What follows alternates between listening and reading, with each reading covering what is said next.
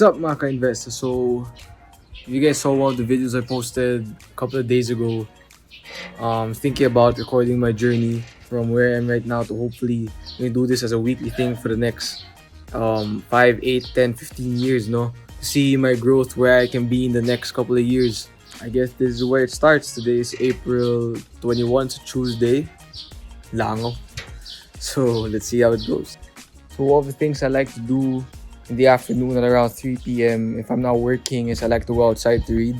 Rather read outside kesa inside. Right now, I'm reading Hedge Fund Market Wizards by Jack Schwager. Highly recommend.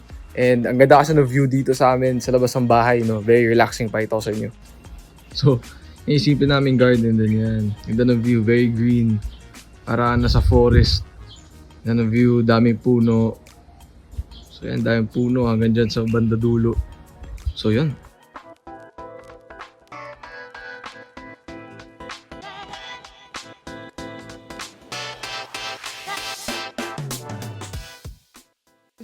Usually my setup, it's either I stay in bed or I stay in my desk. Inalaga ko si Pikachu. I have a lot of notebooks because I take a lot of notes. Right, so one of the stocks I'm keeping an eye on for the past couple of weeks, obviously Zoom.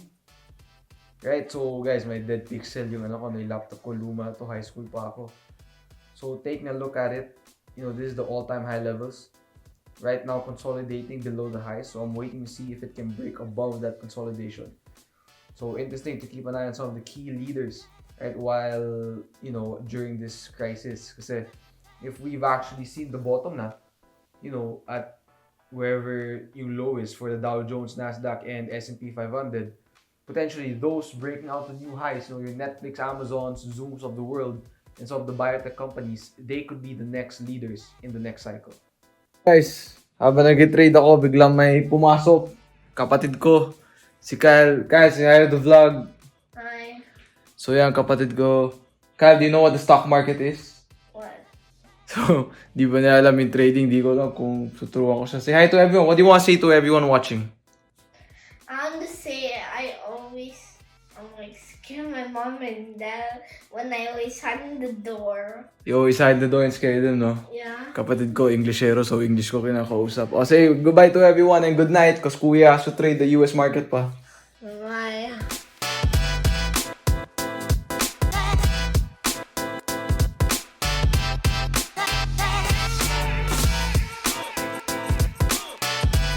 Okay, down yung US market na sobra after ng oil crash. So, mukhang maaga ako matulog ngayon. Usually, before I sleep, nag-chart ako for the next day. And as my principle is, diba, I won't trade anything I don't plan for. So, very important sa akin yung discipline of planning my trades the night before. So, I guess this ends the day. Good morning. It is Wednesday at April 22. It's 9:25. Sobrang puyat. I know I said sleep early. I slept at 3. I was still reading Hedge Fund Market Wizards, but yeah. It's time to trade the PSE. Let's get it. So ayan, no? Yung dead pixels ko.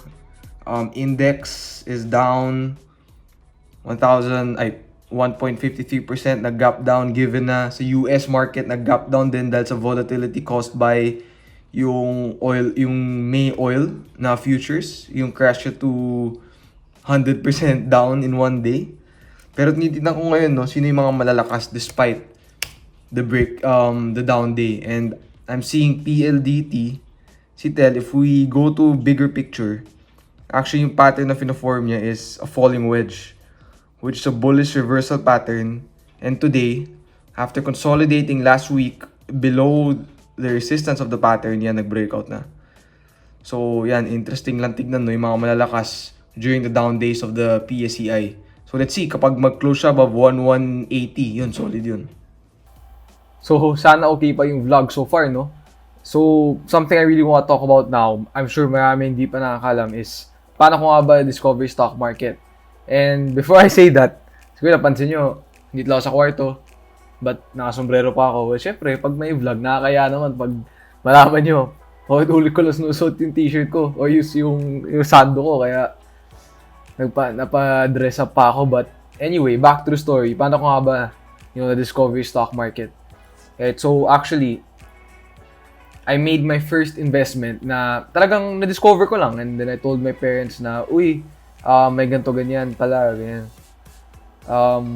I was 16, right? I was first year college.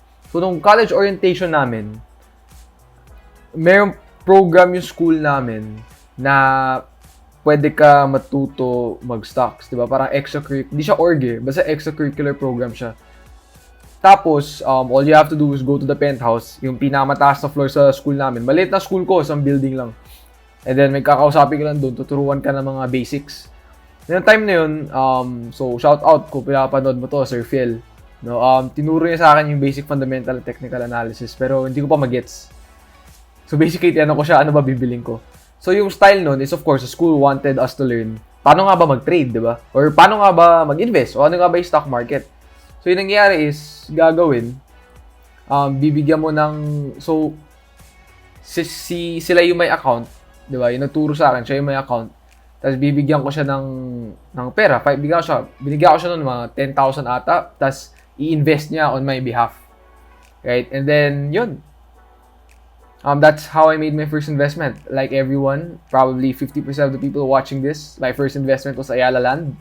And then, it turned out to be a loss, di ba? Naglagay ako 10K, nagka-loss ako 2,000, 3,000. I forgot eh, pero more than 1% of 10,000 eh. So, more than 1K yun, alam ko. So, yun nangyari. Nagka-loss ako. And I was 16 nun. And after that, sabi ko, ayoko na nga. Sabi ko, ayoko na mag-trade, ayoko na mag-invest. Di na need yan. Tapos, I started a business na lang when I was 17. If you guys heard my story or watched yung video ko before. And then, 2 years after, this is 2018, March 2018, may nakita akong ad sa Facebook. Tapos, sabi ko, tas Inspire PH, shout out sa mga pumunta Inspire PH. Sabi ko, uy, okay to ah. Parang may account ako dito sa Investagrams dati. Kasi yung tinuro din sa akin na pwede ako mag-practice sa Investagrams. 2016 pa to, so sobrang bago pa yung Investa. Right? And then, yun, solid. Sabi ko, puntahan ko nga to. Tignan ko ulit. Ano ba matututunan ko talaga dito? And then, so March, I studied, di ba? And like everyone else, yung logic ko is, okay, here's the blue chip companies. Ito lang bibiling ko. Yung mga malapit sa 52-week low. Kasi, mura siya eh. Di ba? Bargain price. And then eventually, aangat yan eh. Wala nang issue dun. Like, it's cheap. Eventually, over time, aangat. Right? So, binili ko ng Globe tsaka PLDT. Tapos, bumagsak 5% pareho. Sabi ko, tapos, ang tagal bago, di na siya bumawi. Mga 2 weeks ko hawak. Sabi ko, grabe. There has to be more to it than this. Tapos, doon na nagsimula yung passion ko. Inaral ko lahat. Binasa ko lahat ng Invest sa Daily article. Natuto ako ng technical analysis sa mga videos si JC na luma, tapos sa ibang klase vlog, tapos sa YouTube, nag-aral ako technical analysis, sinearch ko lang. Sa Trading 212 YouTube channel dati yan, solid yun. And then, binasa ko yung vlog ni Z-Freaks, lahat. I just consumed everything, Money Growers, right?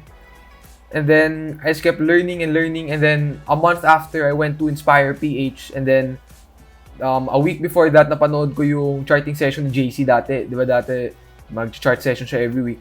Tapos sabi ko, grabe, ito yung pinapanood ko sa Facebook to. Yan, harap-harapan namin. And then, wala lang, cool lang. Na nakilala, na first time ko siya makita doon, si JM, nakita ko rin doon, si MG, Javi, lahat first time ko lang nakilala sa Inspire PH. And then yung pinaka-impactful moment sa akin doon is when Javi said, if you want to be the best at any craft, you have to commit to mastery. A commitment to mastery is a prerequisite, no, to success in any endeavor. So that's why I decided to go all in.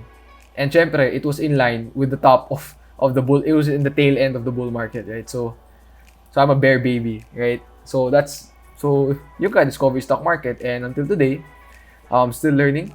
I've been in the market for 2 years. I don't think I've achieved anything spectacular yet, right? I'm still learning. Nagsusunog pa ng pera, right? And at the end of the day, I just wanna create this vlog to document. Sana mas maaga ako na-document journey ko, no? But just to document my journey, to share with everyone. Ano nga ba yung challenges, right?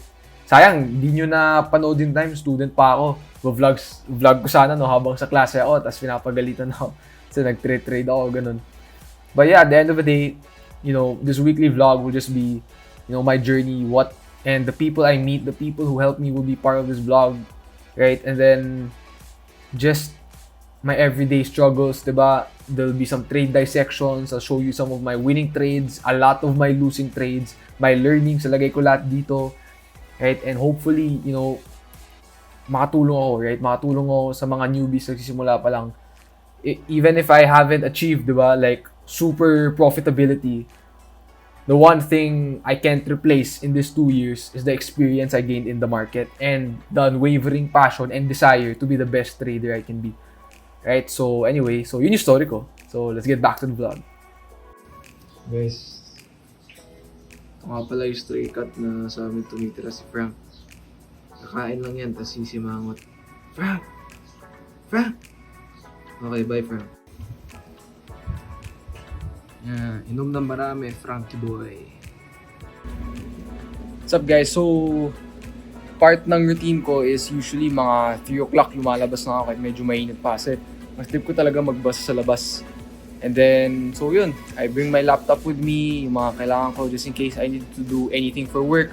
Lahat ng video shoots ko usually ginagawa ko prior to going down. So yun, I stay here until mga 6 o'clock kasi kapatid ko maglalaro din kami sa labas. Yung babasa lang ako, every day I try to read a minimum 20 pages. Pero since quarantine, I'm able to read 50 pages halos per day. So solid, dami ko nababasa sa libro. So yun lang, go. Spend the afternoon, continuous learning, spending time with my family. Then pagdating ng 6:30 to 7, balik sa taas, prepare for the US market naman. So usually ginagawa ko.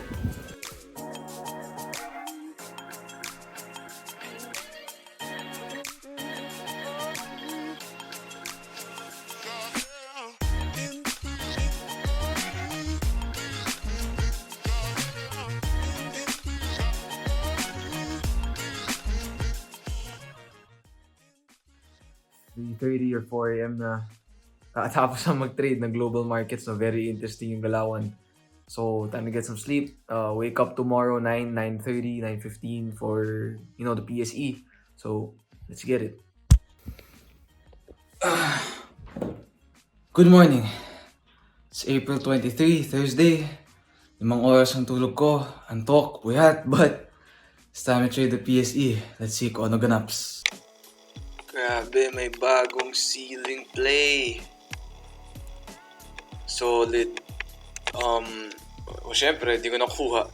Wala sa plano ko eh. So for me, if I don't plan it the night before, I won't trade it. So yun lang yung discipline ko. So, salamat sa ECP. At ikaw yung munting alay para mas prak yung ibang names, no? Of course, di mo mawala si MAH. Ganda sana setup. Yesterday, no? Buy lang, support ng Konso, tas yun pala, up ka na 50% next day, baya. C, ganda rin, nakala ko very reliant kay Ditto, pero looks like hindi, mali ako. Grabe, daming plays today, no? Especially off the back na ang ganda ng US market. Ito, interesting, ATN, bottoming out. Solid to, Mrs. G, retail play. Breakout na rin 2 days ago. So, interesting. See what happens. What's up guys? So, andito na naman tayo sa garahe. Right, kakatapos ko mag-work for the afternoon. And ano ba ginawa ko? Made an Invest daily article called How to Plan Your Trades. How to create a trading plan. So, kung na-post na, papapop up ko na lang dito. And then, gumawa ako ng challenge para sa mga traders. So, kung nakita ko, kung nag-post, if ever, nauna ako mag-post ng TikTok bago ma-post to, edi talo na ako. So yung challenge is, if hindi mo nasundan yung trading plan mo, you will have to do, right, a TikTok. So shout out sa mga malulupit na traders sa community dyan. Sali naman kayo. Ito yung post to, pop out ko lang dito or something. So yun lang. So it's the afternoon, it's 3, I think it's 4 o'clock na. And just time to me to read and put in the work.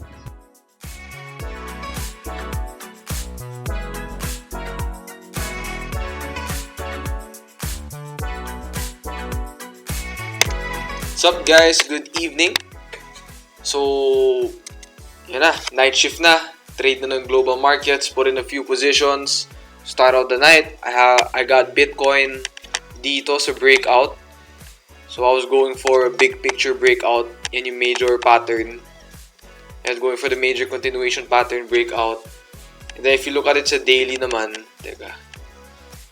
If you look at it sa daily, basic lang, break ng bands, which is basically EMA 50. So, got it sa may 7250 area. And then, grabe, ganda ng, oops. Sorry, naglag si TradingView. Okay. And then, sayang, ito, nung nag-dinner kami ng family ko, nag-breakout na siya, andito na. Tapos, naglagay ako ng buy order dito, para may limit order. Hindi ko naman bakit, di na feel. Parang one tick below na lang may feel na dapat ako. So, sayang, no? And then, oil. Ganda rin, last ni oil. Sayang, no? I wasn't mentally prepared to buy it here. So, di ko binili kasi, I want to be in the right state of mind. Kasi yun, wala. Umangat na. Which is okay lang. Dami man opportunities, eh. And then, 2 positions sa stock market kay Zoom. So, initial plan ko dito, get it here sa Conso breakout. And nag-gap up. And nag-toothbrush ako nun. So, hindi ko nakuha. So, I got my position as a 160. Going for an all-time high kasi si Zoom. And then, another all-time high play, si Docu. So, break 100. And then, pattern continuation breakout. So, I got my position there, 102.50. And stops in place na. So, medyo chill na lang ako ngayon. Few other names I'm looking at sa stock market. SE, all-time high breakout. Then, Amazon. Right? So, looking to get this tonight if mag-break out, end of day. Kung abot pa ako dun. Ito rin, CDNS.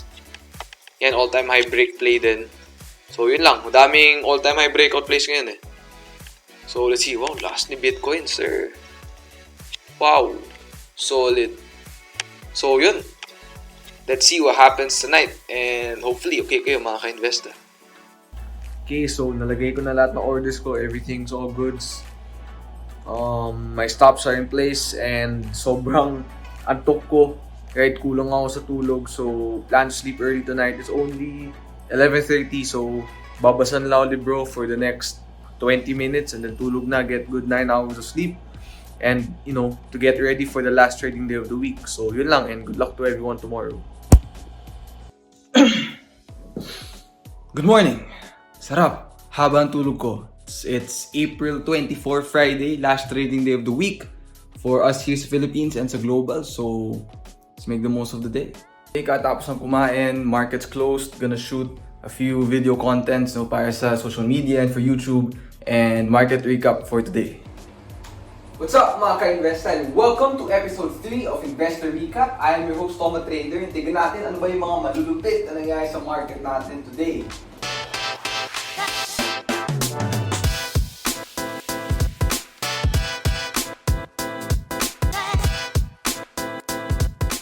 Stage 1 of this year's Investa League will end today. Will end on Sunday pala yung stage 1 yung sa ITG. Right, so para makapunta sa stage 2, which is yung 2-week trading competition, kailangan mag-top 10 ka daily. Mag-top 10 ka sa daily leaderboard sa ITG by 6 p.m. Tapos i-add ka namin sa competition room. So you have today, tomorrow, and Sunday para humabol pa at maging part ng trading competition. Yung prize is access sa Investor Online Summit, yung basic ticket, tsaka Investor Pro Access. Okay, so dito naman tayo sa labas. As you can see, tapos ako mag-shoot ng video content, pagka-cat later, sulat ang article, tapos prepare for next week, tapos last time to trade the global markets for this week. And honestly, yun nga, halos ulit lang ginagawa ko kasi yun nga, quarantine, so nagka-routine na ako na yun nga, gising, trade, work, tapos 3 to 6, magbabasa ako libro, then akyat, prepare for global markets, work ulit na konti. And then trade global, dinner, and then puyat. Tapos yun, halos yun na yung naging cycle ko. So yun lang naman. And so, tatry ko tapusin yung hedge fund market wizards in the next 2 days. So tignan natin kung kaya.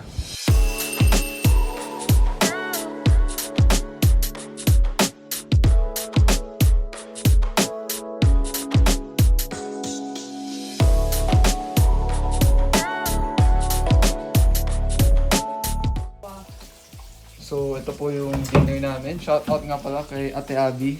Ate Abby, wow! Hi ka naman sa vlog. Hala ko dyan. Ate Abby. Gulay.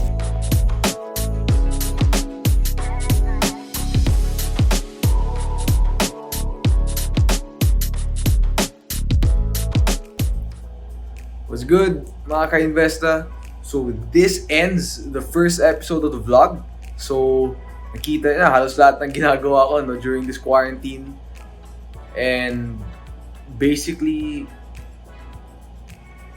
this is it, right? Hopefully, mas marami ako mapakita pag balik ka sa office. Pero itong quarantine, talagang focus ko is creating quality content and trading, right? And katapos ng US markets, 4 AM puyat na naman, but wake up later tomorrow and then looking to watch The Last Dance, yung documentary ni Michael Jordan. So yun lang. Please comment down below if you like the vlog, the first episode. And please comment down below as well your suggestions for improvement, whatever you want me to talk about moving forward as well, or anything we can improve in the platform or in the content we put out. So hopefully, you guys enjoyed. Nakaprovide ito ng value moving forward. I'll keep doing this and keep finding more ways to impact the community. So yun lang. And kita-kits tayo sa susunod na episode, mga ka-investa.